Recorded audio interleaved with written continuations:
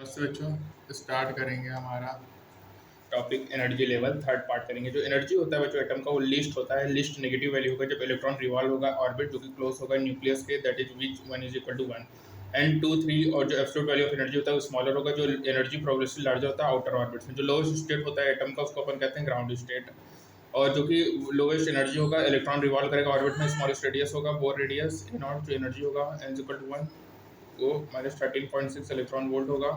जो minimum energy required होता है फ्री को इलेक्ट्रॉन को फ्री करने के लिए ground state of the hydrogen atom से -13.6 इलेक्ट्रॉन वोल्ट, उसको initial energy of the hydrogen atom कहेंगे।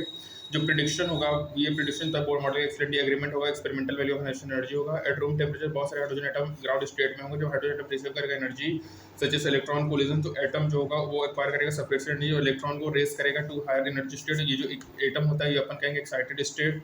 और एन इज इक्वल टू के लिए जो एनर्जी E2 होगा वो -3.40 इलेक्ट्रॉन वोल्ट होगा। मतलब एनर्जी रिक्वायर्ड होगा जब एक्साइट को इलेक्ट्रॉन को हाइड्रोजन एटम में first excited to energy level E2 -E1 वो हो जाएगा आपका 10.2 electron volt. Similarly E3 -1.5 electron volt होगा। E3 -E1 हो जाएगा 12.09 इलेक्ट्रॉन वोल्ट। या एक्साइट करेगा हाइड्रोजन एटम को उससे ground state to second excited state. ठीक है, 12.0 एनर्जी रिक्वायर्ड होगा बच्चों। और इस एक्साइटेड स्टेट में जो इलेक्ट्रॉन्स होगा वो फॉल बैक होगा स्टेट ऑफ लो एनर्जी में, जो कि इमिट करेगा फोटोन इन द प्रोसेस में। और जो एक्साइटेशन होता है हाइड्रोजन एटम का वो इंक्रीज करता है। Value of minimum energy required होती है फ्री करने के इलेक्ट्रॉन को फ्रॉम एक्साइटेड एटम डिक्रीजेस होगा। जो एनर्जी लेवल डायग्राम होता है स्टेडी स्टेट का हाइड्रोजन एटम का, वो कंप्यूटेड होगा 12.10 में, जो कि गिवन है 12.17 में। ये जो प्रिंसिपल क्वांटम नंबर होता है वो स्टेशनरी स्टेट का असेंडिंग ऑर्डर ऑफ एनर्जी होगा। इस डायग्राम में जो हाईएस्ट एनर्जी स्टेट होगा करस्पॉन्ड टू एन इनफाइनाइट होगा और उसकी जो एनर्जी होगी 0 इलेक्ट्रॉन वोल्ट होगा। मतलब बच्चों जो एनर्जी ऑफ एटम होता है जब इलेक्ट्रॉन कंप्लीटली रिमूव्ड होगा फ्रॉम द न्यूक्लियस वो रेस्ट पे होगा। ऑब्जर्व करो बच्चों, जो एनर्जी ऑफ एक्साइटेड होता है जब वो कम क्लोजर और क्लोजर आता है टुगेदर तो एन बढ़ता है। ठीक है, अब बच्चों यहाँ पे देखो एनर्जी लेवल डायग्राम है। हाइड्रोजन एटम का इलेक्ट्रॉन है हाइड्रोजन एटम में रूम टेम्परेचर पे स्पेंड कर रहा है बहुत सारे टाइम ग्राउंड स्टेट में और अनाइज कर रहा है hydrogen atom from 13.7 electron volt of energy must भी सप्लाई हो रहा है हॉरिजॉन्टल एनर्जी स्टेट। अब बच्चों line spectra of hydrogen atoms के बारे में बात करेंगे। तो बच्चों according third postulate of Bohr model, जब एटम मेक करता है transition from higher energy with quantum number n1 to the lower energy with quantum number n final, तो n इनिशियल ज़्यादा होगा। जो डिफरेंस होगा एनर्जी को कैरिड होगा by a photon of frequency such that h में E n final E initial दो n final initial integers होंगे जो इमीडिएटली शो करेंगे कि transition between different atomic level होगा। राइट रेडिएट होगा वेरियस डिस्क्रीट फ्रीक्वेंसी में।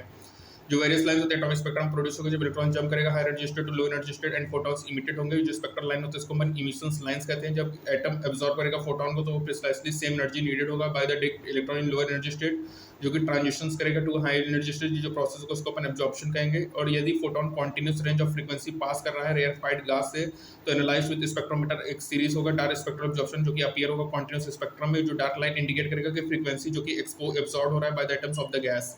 जो एक्सप्लेनेशन है हाइड्रोजन एटम के स्पेक्ट्रम को प्रोवाइड करा बोर मॉडल, जो कि ब्रिलियंट अचीवमेंट होगा जो कि ग्रेटली स्टिमुलेटेड होगा progress toward the modern quantum theory. 1922 में बोर अवार्ड हुआ था Nobel prize in physics. De Broglie explanation होगा Bohr second postulate of quantization. बच्चों ऑफ ऑल द पोस्टुलेट जो बोर मॉडल है आइटम में मोस्ट पजिंग होता है सेकंड पोस्टुलेट में स्टेट करता है जो एंगुलर मोमेंटम होगा इलेक्ट्रॉन ऑर्बिटिंग का वो क्वांटाइज्ड होगा LNH/2 होगा 1 2 3 होगा। Why should angular momentum only by use of integral multiple H/2 जो फ्रेंच फिजिक्स थे लुइस डी ब्रोगली एक्सप्लेन किया puzzle 1920 years after bore proposed model. तो बच्चों उन्होंने चैप्टर 11 में अबाउट डी ब्रोगली वेवलेंथ के बारे में आपने पढ़ा है। जैसे इलेक्ट्रॉन होते हैं उसमें वेव नेचर होता है। डेविसन एंड जर्मन ने एक्सपेरिमेंटली वेरीफाई किया था वेव नेचर ऑफ इलेक्ट्रॉन्स को 1927 में। फिर ब्रोगली ने आर्ग्यू किया था कि जो इलेक्ट्रॉन्स होते हैं उसके सर्कुलर ऑर्बिट होते हैं जो कि प्रपोज होता है बोर में, जो कि सीन होता है पार्टिकल वेव में। बट जो in analogy to wave travelling on string particles wave होता है वो स्टैंडिंग वेव करता है under resonance conditions.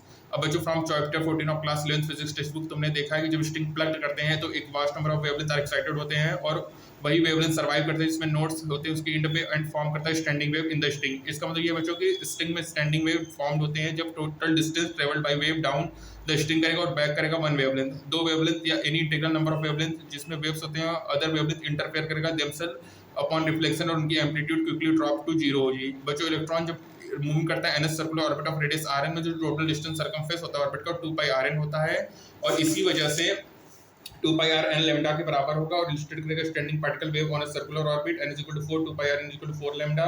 Lambda de Broglie wavelength होता है इलेक्ट्रॉन का जो कि मूव करेगा nth ऑर्बिट में। चैप्टर लैम्डा h/p p क्या है बच्चों मैग्नीट्यूड ऑफ इलेक्ट्रॉन मोमेंटम है। स्पीड अगर much less than speed of light से तो मोमेंटम होगा लैम्डा h/mv1 और अपन यहां देखेंगे mvrn = n/2π ये क्वांटम कंडीशन होगा जो प्रपोज टू बोर्ड के जो एंगुलर मोमेंटम का इलेक्ट्रॉन का, और अपन देखेंगे लेवल ऑफ हाइड्रोजन एटम को जो de Broglie hypothesis crystal board second postulate का, जो कि quantization of angular momentum orbiting electron है, जो क्वांटाइज्ड इलेक्ट्रॉन ऑर्बिट है एनर्जी स्टेट को due to wave nature of electron है, और ओनली रेजोनेंस स्टैंडिंग वेव है जो कि परसिस्ट है। बोर मॉडल इन्वॉल्व करेगा क्लासिकल ट्रैजेक्टरी पिक्चर्स को, picture like electron orbiting the nucleus, classical predict करेगा cross features of the hydrogenic atoms में जो फ्रीक्वेंसी होगी रेडिएशन का इमिट ऑफ सिलेक्टिव जॉब होगा। ये जो मॉडल है इसकी बहुत सारी लिमिटेशंस हैं बच्चों।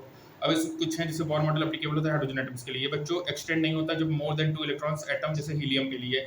जो एनालिसिस होता है एटम का मोर देन 1 इलेक्ट्रॉन वो अटेम्प्ट होता है line of Bohr model for hydrogen atom, ये कोई भी सक्सेस इसमें नहीं मिली। डिफिकल्टी जो होता है बच्चों की जो ईच इलेक्ट्रॉन होते हैं इंटरफेयर करते हैं केवल पॉजिटिव चार्ज न्यूक्लियस बस ही साथ साथ अदर इलेक्ट्रॉन्स में। जो फॉर्मूला होता है बोर मॉडल का इन्वॉल्व होता है electrical force between positive charge nucleus electron, ये केवल इंक्लूड नहीं करता इलेक्ट्रिक फोर्स बिटवीन इलेक्ट्रॉन्स को, जो कि नेसेसरी अपीयर होगा मल्टी इलेक्ट्रॉन्स एटम्स के लिए।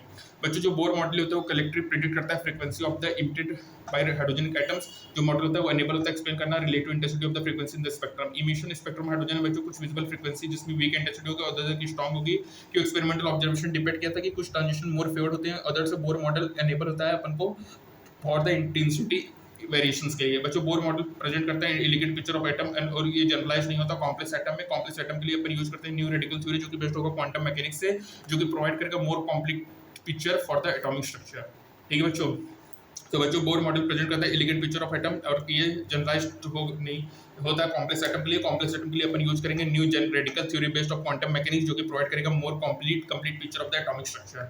बच्चों बोर मॉडल एप्लीकेबल होगा हाइड्रोजन एटम के लिए। जो डिफिकल्टी होगा कि ईच इलेक्ट्रॉन इंटरेक्ट करेगा not only with the positive charge nucleus but उनके अदर इलेक्ट्रॉन्स को भी। बच्चों डी ब्रॉगली हाइपोथेसिस प्रोवाइड की थी फॉर बोथ सेकंड पोस्टुलेट को formation of angular momentum orbital electron mvr nh/2 r = n lambda. ठीक है बच्चों, बोर मॉडल एप्लीकेबल होता है केवल हाइड्रोजनिक एटम्स के लिए। इंपॉर्टेंट है, नीट 2020 का क्वेश्चन था बच्चों। बोर मॉडल प्रेजेंट करता है एलिगेंट पिक्चर ऑफ एटम को, और ये जनरलाइज्ड नहीं होता कॉम्प्लेक्स एटम्स में।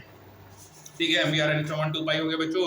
और बच्चों ये बताते हैं कि जो एंगुलर मोमेंटम होता है electron orbiting around the nucleus वो क्वांटाइज्ड होगा बच्चों।